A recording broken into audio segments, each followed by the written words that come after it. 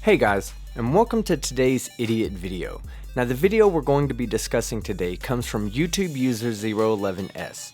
Now apparently 011s and one of his co-workers or friends is in an argument about the shape of the earth.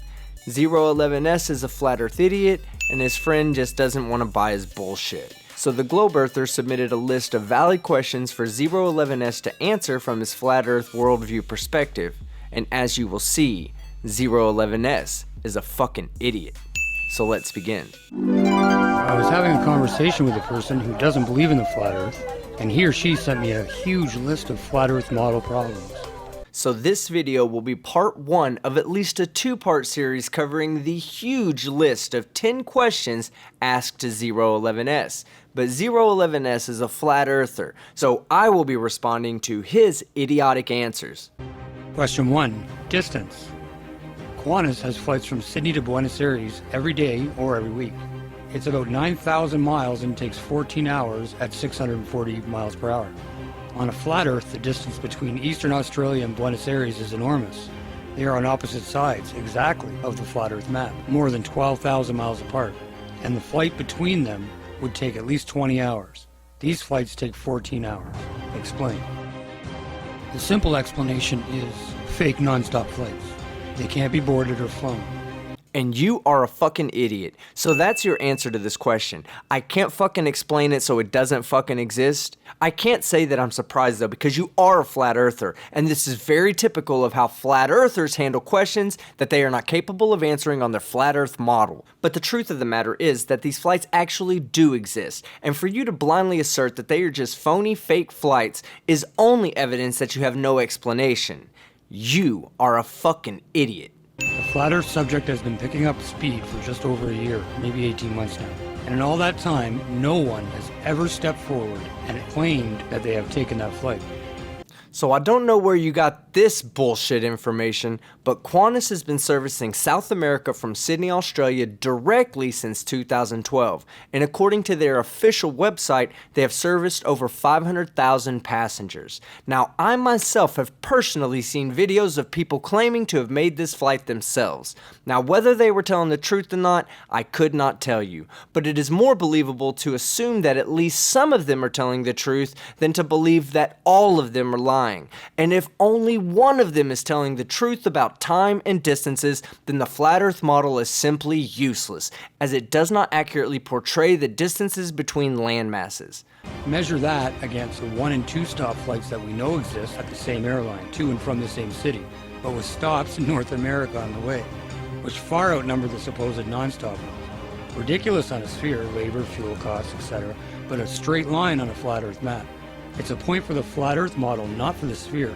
The simple explanation for this is logistics and logic. There are more passengers that need to fly from Australia to America and America to South America than there are from Australia to South America. However, there is enough of a demand for a regular flight either daily or weekly from South America to Australia. Just because the airlines use common sense to run their airline does not mean the earth is flat.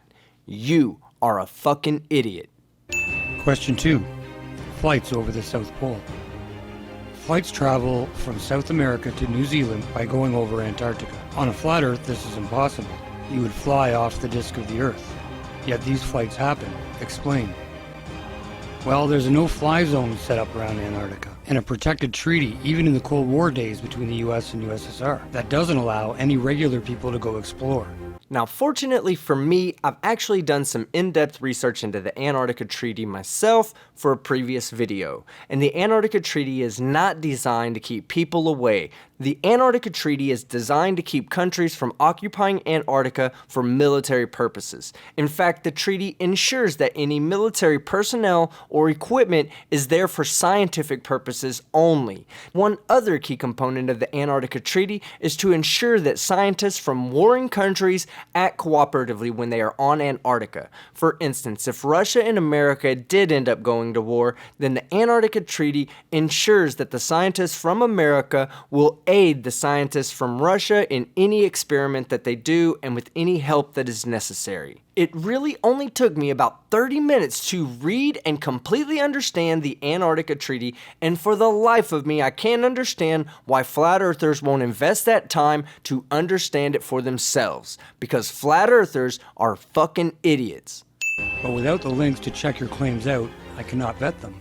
Now, I have seen YouTube footage of sightseeing planes supposedly hugging the coast of Antarctica, but they do not go near the pole or cross any of the continent, and no commercial jet does, even though it would save many hours and lots of money on fuel and salary and food and drinks and other expenses every day. Are you telling me that you're actually willing to risk the safety of human lives to save a little bit on cost? That is the number one reason why planes do not cross the continent of Antarctica. First, if a plane crashed, it would be nearly impossible for survivors of the crash to survive long enough for the rescue party to arrive.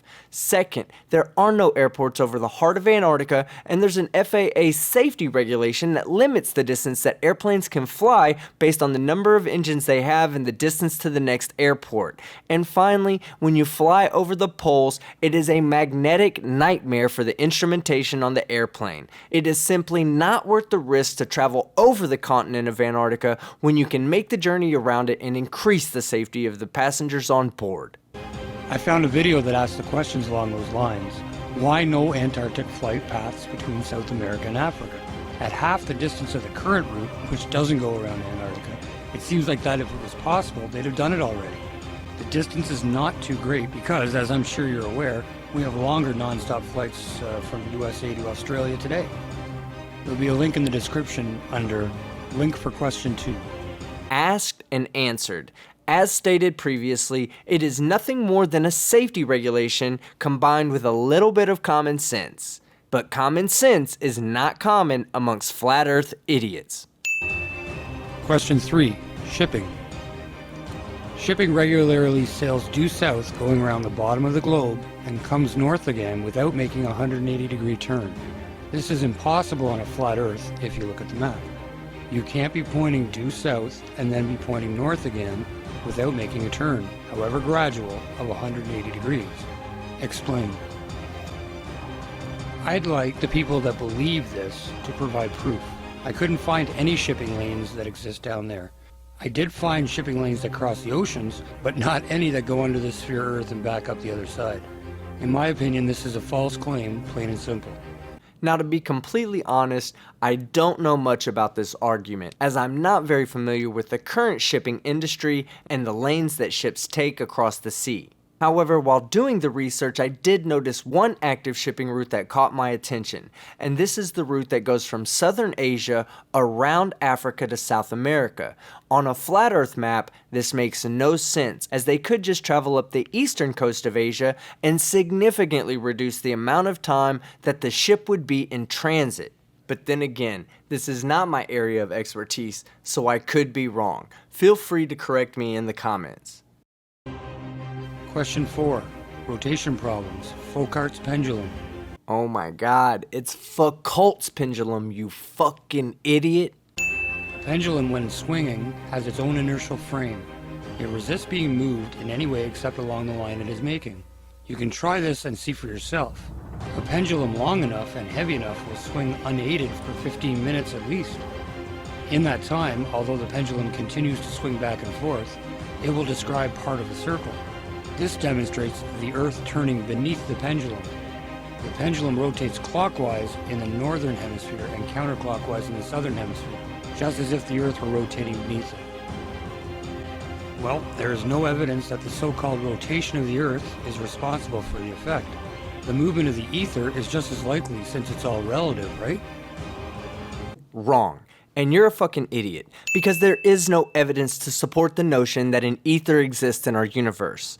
In fact, the go-to scientific experiment to explain the flat Earth is the Michelson-Morley experiment, which was designed to detect the motion of the Earth through the ether, and it got a null result, which means that it did not detect the Earth moving through the ether, it did not detect a stationary ether, because it did not detect an ether at all. About that time, Einstein developed the theory of special relativity, which completely explains this phenomenon.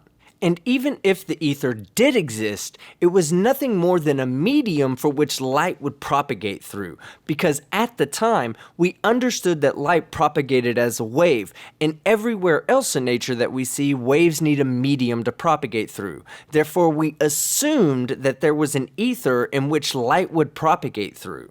An ether would play no part in the mechanical operations of a pendulum, so shouldn't even be brought up to begin with. A free-swinging pendulum will experience a rotation that is predictable given the pendulum's latitude, and as the latitude increases, the rate at which it rotates will increase as well. And finally, if the pendulum is in the northern hemisphere, it will rotate in a counterclockwise manner and a clockwise manner in the southern hemisphere, which is completely explainable with an Earth that rotates on its axis.